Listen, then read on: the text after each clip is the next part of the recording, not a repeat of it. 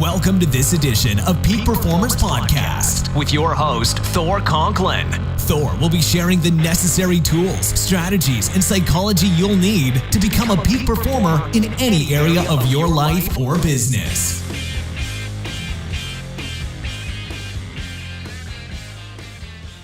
Welcome back to another episode of the Peak Performers Podcast. I'm your host, Thor Conklin. Today, we have a very interesting guest, someone else that's in the same field that I am, but I've got to give you his bio because this guy is a badass. I was looking through this thing. I was like, is this real? So here, get a load of this. Robert Mack has a master's degree in applied positive psychology, MAP. Absolutely love that, Robert. You have been an executive coach, a published author, happiness from inside out, from the inside out.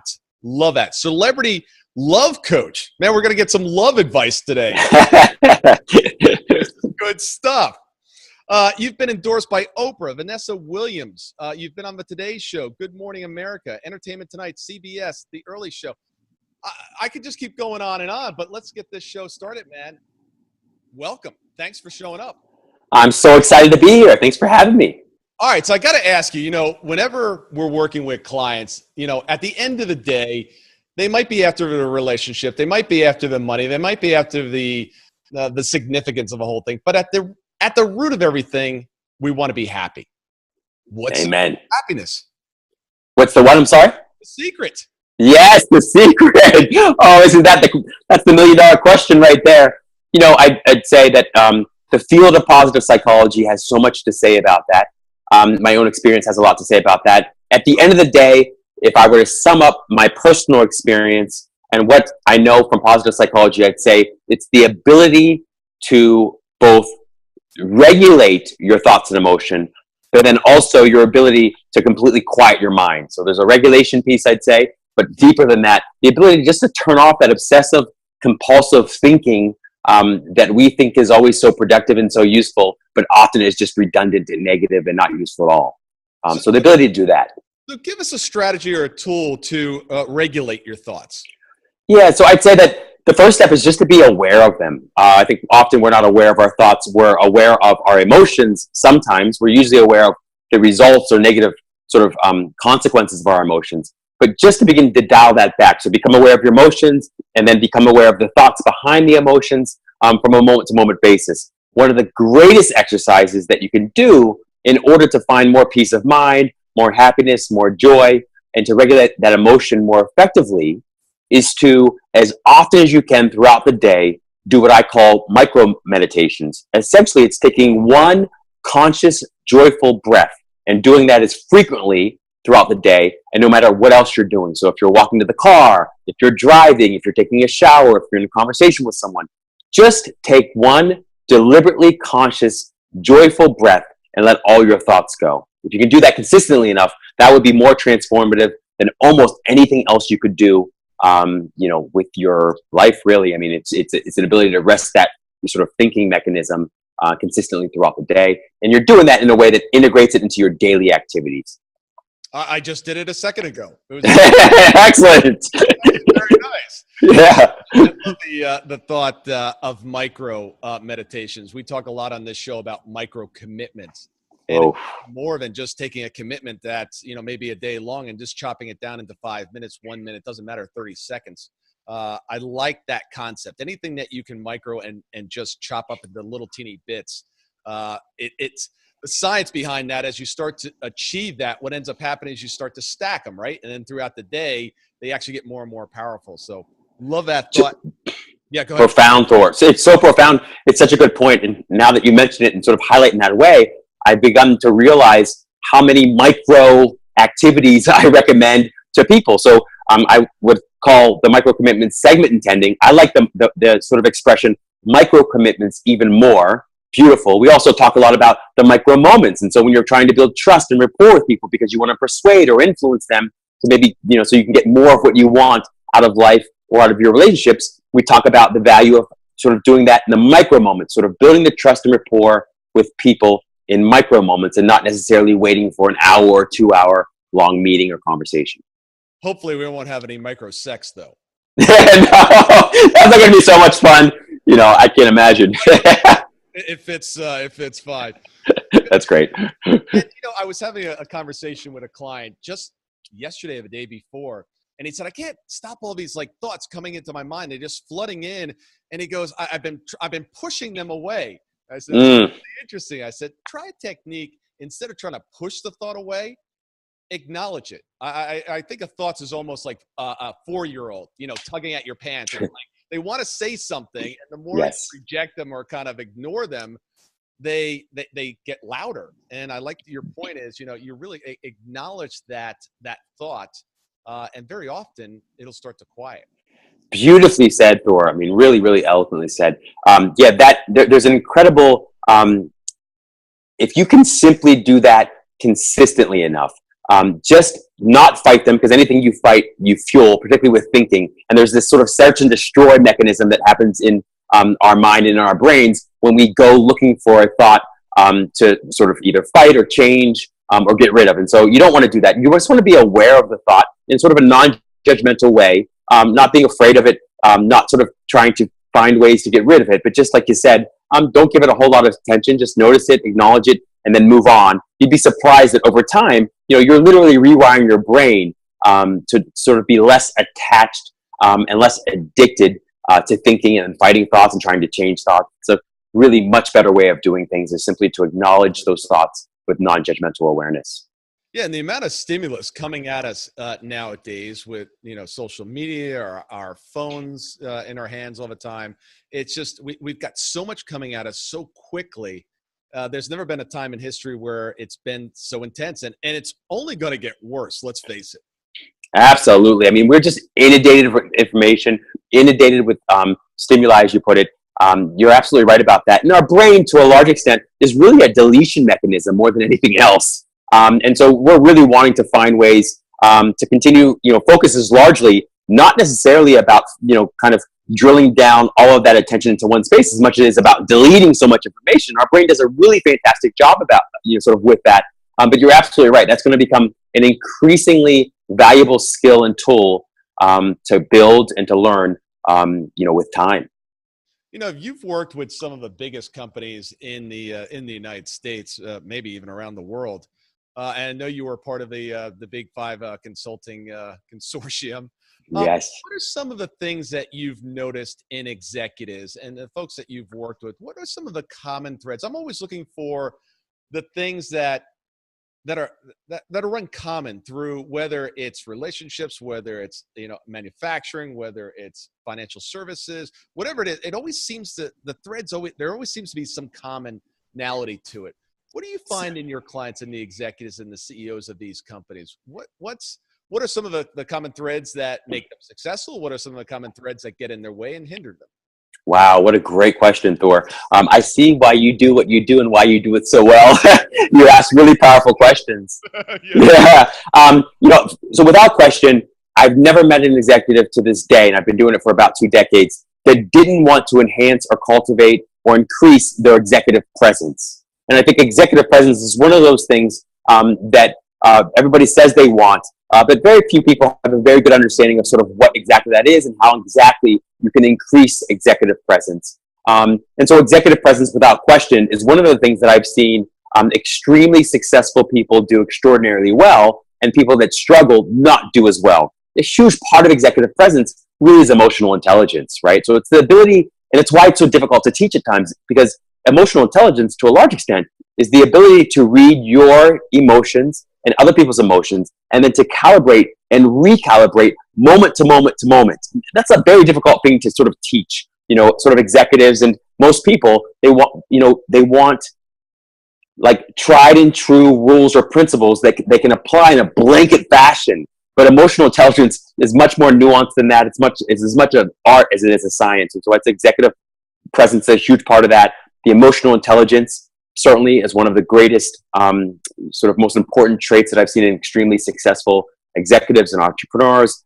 Cognitive and emotional agility and emotional regulation are all part of that, right? So if you can't think in increasingly strategic ways and think in those increasingly strategic ways, independent of your emotions and independent of other people's thoughts and opinions and emotions, and what they're saying and what they're doing, then you don't have an ability to sort of, carve out the future that you want for yourself in ways that make the most sense for you personally. Instead, you end up being sort of a victim of what other people are thinking or saying or feeling, or whatever you're thinking and feeling and saying. And so you want to be able to sort of develop some of these skills, and it takes a little bit of time, but it's often a lot simpler than we make it out to be. Reminds me that we can't control the stimulus or what happens in the environment, but what we can control is our emotional reaction or our results, or what we're going to do as a result of that. And as I'm hearing you speak, I'm thinking about so often young entrepreneurs, new entrepreneurs have this mindset of, okay, when are all the problems going to end? It's like, I just went through it once, right? It's like, been in business for 10 years, right? Now you don't have any issues. What ends up happening is you end up becoming a bigger version of yourself. You end up through adversity, through hurt, problems, through issues, developing a muscle, just like in the gym, to combat situations that come up. The things that used to kind of rock your boat a little bit, 10 years ago, now are just like, well, that's just a normal course of business. I'm good. Without having to go through the experiences and grow that muscle through adversity, I'm always looking for shortcuts too. Yes. I don't know if I'm with you there. I don't know if there is one here, but is there a shortcut to increase the growth, to make it exponential and not have to go through all the lessons? Or is it just, it's just part of life? You've got to go through the lessons. You've got to go through the tribulation. Such a great question. So I would say that yes, there are shortcuts. And I would say that, of course, like life is the best teacher, but her, fees are exorbitant, right? And so we don't ideally want to learn through our own painful experience. I prefer to learn through other people's experience. And that's why I, sort of am such a proponent of self-education. I love learning.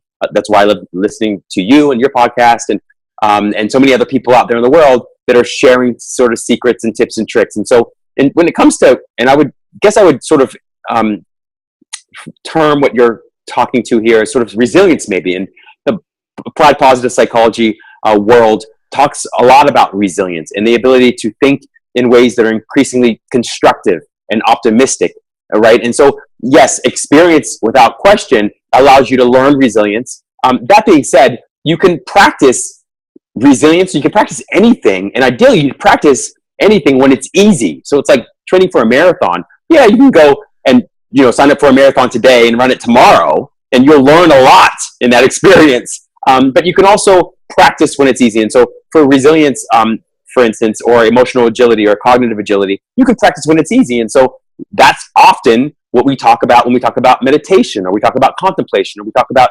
scheduling strategic planning sessions with yourself. What you're doing often in those moments is you're teaching yourself how to think in ways that are increasingly productive and efficient and effective, and you're doing it when it's easy. And then when something big and major happens, you're able to apply those same skills at that time. So there are ways to do it. I'd say that by far and large, you can learn from other people how to do that, sort of through education. I think part of what's hard, though, I think the hard part is not that you can't learn how to do it, but one, you don't believe people, right? And two, you don't necessarily have the motivation unless you've had the experiences. So there's nothing like the lack of health, right, to really incentivize you to get healthy. And it's the same, or it's nothing like poverty to really incentivize you or motivate you to, make a ton of money. And so it's not that people can't learn, or don't learn through other people's experience. It's just that they don't have the same degree of motivation or incentive as they do when they experience sort of the tough things through their own experience. It just motivates you in a way that, other people's experience can't. Yeah, it's so true. I get asked all the time, what prompted you to start a profit? And I said, I ran a company. I couldn't figure out how to make a profit. I mean, that's the truth. I never wanted that to happen ever again in my life. Yeah. So I just went and got an MBA to figure out what I was missing. Yeah. So I would never have to, suffer that consequence again. And as a result of that, it would be close to impossible for me to advise a firm that's having difficulty in that area had I not gone through it. I mean, it was a painful process. I got divorced through that process. I mean, it was not fun at all. It was interesting as I was hearing you speak. I was immediately going to modeling others, a great form of doing that. And something that I always like to talk about is deciding ahead of time. So thank you for reminding me, because I was really kind of stuck there. It's a tough one. Deciding ahead of time. And what I mean by that is, people will say it from time to time. I have no idea what I'm going to say to this woman when she approaches me about this. I'm like, well, just decide right now. I mean, if she was here, what would you say? Yes. Well, I'd say this. And I was like, all right, now the whole anxiety of that whole process has just gone away, because you decided what your reaction to that situation is, even before it happens. It never happens. So beautiful, Thor. You absolutely nailed it. And it sort of, harkens back to the point that you made around micro commitments and what I call segment attending. But the idea is that if we can be crystal clear about what we're optimizing our business for, our life for, or that moment for, right, that conversation for, all of a sudden you've, resolved a lot of the problems that get in the way of making that meeting or that conversation or that life or that business really, truly effective. And so for me, for instance, with my life, I've become crystal clear. I'm optimizing most fully and most deeply for happiness, right? And in most moments, in most conversations with most people, I'm optimizing for either learning or meaning or connection, but I'm crystal clear about that before I sort of enter into the meeting. Of course, there are tons of times when I'm not as crystal clear and I haven't made that decision up front because I've been rushing from one meeting to the next or whatnot. But it's always great to be crystal clear about what that one thing that you're most deeply and fully wanting to optimize for in any particular moment with any conversations or meeting or with any particular business. Yeah. If you're listening to this podcast right now, go back and just rewind for about 20 seconds, because that is a nugget right there. Getting clear on what you're trying to accomplish, what your outcome is, every moment of the day. It's amazing. I was having a conversation with a client just yesterday. I said, what do you want? He was going to have a tough conversation with someone. And he said, I want this. I said, no, what do you really want? He goes, oh, I want double that. I'm like, well, why would you have a conversation with half of what you want? That's stupid. Yeah. He goes, well, it's such a good point. He goes, I don't think I'm going to be able to get that other thing. I said, well, if you don't ask for it, you're not going to get it. And he goes, that's for sure. Right. He goes, I don't think it's a chance of very high. I said, well, go in, ask for the big ask. And if you don't get it and you end up back at half, well, okay. But if you start at half and you end up at a quarter, you're going to be pissed. Absolutely. And you bring up another point there. You highlight something else that's very profound, which is part of that. And I guess I'd call it self-awareness, but it's the ability to sort of dig deep and be clear about what you want and why you most deeply want it, and to continue asking yourself that regressive why question until you're at the absolute core or essence of what you want. I remember early in life thinking, man, I want a nice car, I want great money, I want financial security, and I want all these things, and I hadn't really explored it. So I went off in 55 different directions trying to make it all happen. And then finally I discovered these regressive why questions. I said, why do I want these things? And I said, well, I want the car and I want the money and I want all these things. And I discovered I want all these things because I want to feel successful. And later I discovered, why do I want to feel successful? Well, I want to ultimately be happy. So suddenly, instead of taking a long scenic route to this thing called happiness or this thing called success, I was able to whittle down the list, the to-do items that are on my list that were just seemed infinite, to a couple of things that were actually incredibly important. And I was able to outsource, delegate, reduce, eliminate everything else on that list. Yeah, I interviewed a gentleman, about 2 years ago, Price Pritchett III, and he got 30 million books in print, an amazing individual. U Squared is one of his more successful books.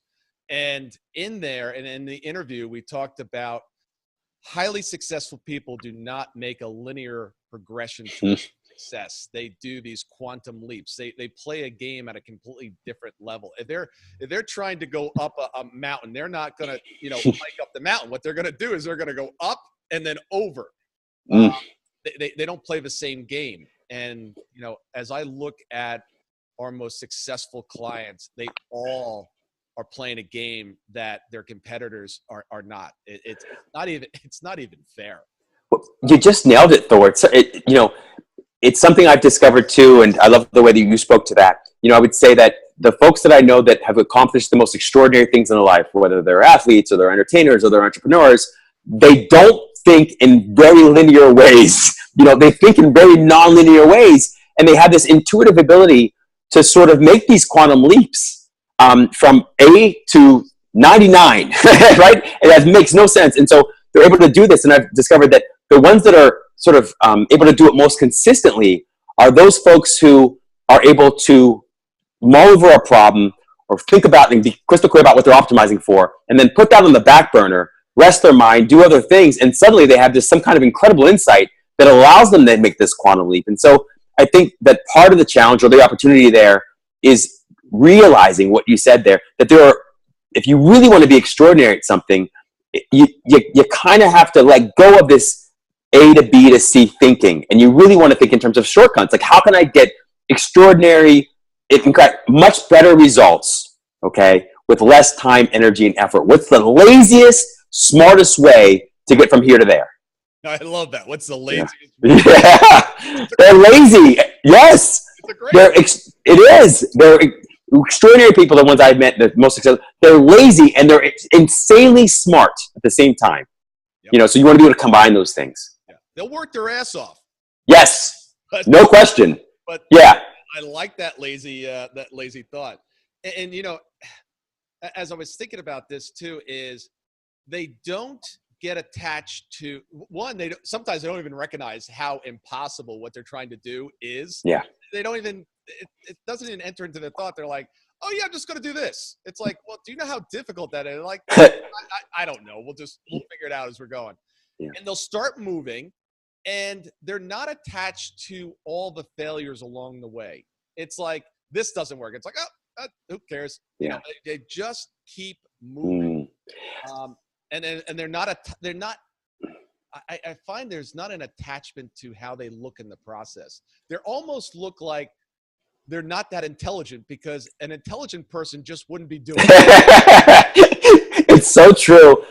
You remind me of a couple of quotes. One is, I love what Tony Robbins said, your only problem is that you think you shouldn't have any. That's so true, right? And the other thing is, and it sort of is really gleaned from the world of positive psychology, we find that in most circumstances, when people go through intense adversity, so their business fails, or their business fails for the 20th time or whatnot, that we often sort of look and stare at that person or at that experience and say, wow, what a failure. But the people that are really extraordinary, they only see this feedback, they only take lessons learned away from it, and that even when people aren't conscious about having done that, most people, when they go through really extreme, even the most extreme adversity, experience post-traumatic growth much more consistently than they do, let's say, post-traumatic stress disorder. That even the worst of circumstances and experiences, even when you're not deliberately trying to learn and grow from them, you still do, almost always. And so it's a good reminder that you are sort of highlighting there, Thor, that every experience only needs lived once. You don't need to pre-live that experience. You don't need to relive that experience. Experience it as it is, and take whatever you can from, or salvage whatever you can from it, and apply it to the very next experience. Yeah. I mean, I was an okay husband, but I tell you, I'm one hell of a boyfriend right now. At the moment, it may not, for all the ladies that listening. We share that, Thor. We share that. Yeah. You're single too, huh? Oh yeah, and I love it. Oh, I love it. There you go. You got two single guys on here, but being just an average or not great husband. I learned from that process. I said, I want to be spectacular. I want to create spectacular relationship. What do I need to do in order to make that happen? And I had to look inward and figure out some things that I needed to fix. And, it would not have come had not adversity hit. Yeah, it's a great point. And it's another great point that we've sort of learned from science is that, when you've got an Achilles heel, when there is something that is jeopardizing your business or your project or your relationship, you want to resolve that. You want to fix it. You want to shore up those weaknesses. And that being said, the most extraordinary people, while they do that when absolutely necessary, they focus most of their time, energy, and effort on their signature strengths, those things that they're just extraordinary at. I call it their happiness islands and success islands. It's those things that you do effortlessly and easily and enjoyably, and you just thrive at. And often we're blind to those things that we're really exceptional at. But the greatest companies, the greatest individuals, they really drill down and they leverage and they exploit their signature strengths. They don't spend all of their time only shoring up their weaknesses. If you do that, if you do the latter thing and you spend all your time shoring up weaknesses, it's a sort of recipe for being very average. And so I love what you said there. Shore up the Achilles heel and strengthen that, but really focus on what you're extraordinary at. Yeah, no question. I had a company when I founded. I was the chief operating officer. Man, I was not a good chief operating officer. No? Why not? Why not? Yeah. I kind of liken that, you might as well just put me in charge of accounting. I could do it, and I did it. It just was every day. It was just like, what spreadsheet am I looking at? What sort of process? Oh, putting together the SOPs. I mean, just kill me. Oh, I can completely sympathize with you there. Yeah, I have learned over many, many years, too many years to mention how many things I really suck at, no matter how much time, energy, or effort I put in. And I am committed to hiring either smarter people or partnering with smarter people that can do, and that love, not only are good at them, but love doing those things, because I don't want to ever see any of it. I want to have a little bit of oversight, but I really don't want too much, time and energy spent in those places. I will never be on The Voice or Dancing with the I'm with you on that, Thor. Yeah. I did get better at dancing recently. I had a good instructor, and I actually got a little bit better at that. There might be dancing in my future. Yeah. I'm not quite sure. Yeah, my dancing, I've got a little bit of rhythm, but not enough dance moves to really, make for a memorable experience. Not a positively memorable experience anyway. So you're a love coach also. I mean, what don't you do? Yeah. Well, it's funny, Thor, and you'll get this just as much as anyone. The same principles apply to business, relationships, ourselves. I mean, it's just the same thing over and over again. And the vernacular might be a little different, and the vocabulary, the semantics might be a little different, but essentially they're the same principles. And at the end of the day, I'm really a positive psychology expert and practitioners. And I take those principles and that research and I apply it to every space that I can. Yeah. It's interesting because it sounds like your work and my work are very similar. I've recently had many customers hire us because there's some issues in the relationship that are now starting to affect the business as well. Oh. And well, you don't see it anymore. I just had some things back here. And we always start with the foundation. We start with the health and the fitness. We start with the mind. We start with the relationships. And then we start with the mission and the money. And if any one of those are off, you're just kind of walking through life, kind of tilted. Yeah. And it's so interesting because people are like, I need you to help with the sales team. I need you to help with our digital marketing. I was like, great. So how things going at home? What does that have to do with it? I said, it has everything to do with it, because if you're not showing up the badass entrepreneur, the CEO that you need to be because of something else going on in your life, what we're doing is we're building a foundation or a skyscraper on top of a foundation that is potentially going to crumble. So we got to make sure we've got that set. And oh my goodness, absolutely. I do the same exact thing, and they always wonder, they're like, I thought we were going to talk about business. I'm like, trust me, we're talking about business. How you sleeping, how you eating, how you exercising, what's your stress and anxiety like, and what are your relationships like? Because if we can get that solid, that's the foundation upon which you build your business. If those things are not solid, I promise you, you're right. The business, no matter how well it's doing, will eventually sort of topple over. You're going to have a rough patch, and you're not going to be able to work your way through it because you're going to think it just requires a business strategy, when at the end of the day, it may be a people problem or any number of things. You can get a book. You want a strategy, get a book. It's totally finding the things that they don't see. You and I could actually have a merger if you weren't so goddamn good looking. Nobody would want to work with me anymore. So. Oh no, it takes one to know one, Thor. I'm looking at you right now, brother. I see you doing all right over there. You're not getting any complaints. Yeah, I got a face for radio. Or Not true. Not true. Thank you. I appreciate that. So, leave us with some parting advice. You've got the entire audience out there. Yeah. So I would say, most importantly, get crystal clear about what your life is about. Like, that is more important than anything. I see so many people, and I have so many people that I talk to on a regular basis, whether they're friends or their clients or their partners, and they say, oh, I want to be an entrepreneur, or I don't want to be an entrepreneur, or I want to go into this work or that work. And they haven't really thought about the long-term goal of their life.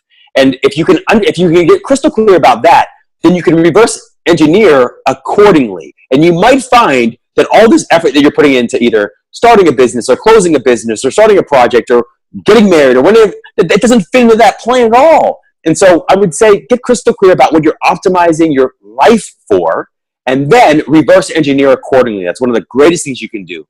For me, I feel crystal clear that my life is about happiness. And so for the longest time, I thought, well, the richest person, right, is the one with the most stuff. But I've come to discover that's not the richest person. The richest person is the one who needs the least amount of resources to accomplish their end goal.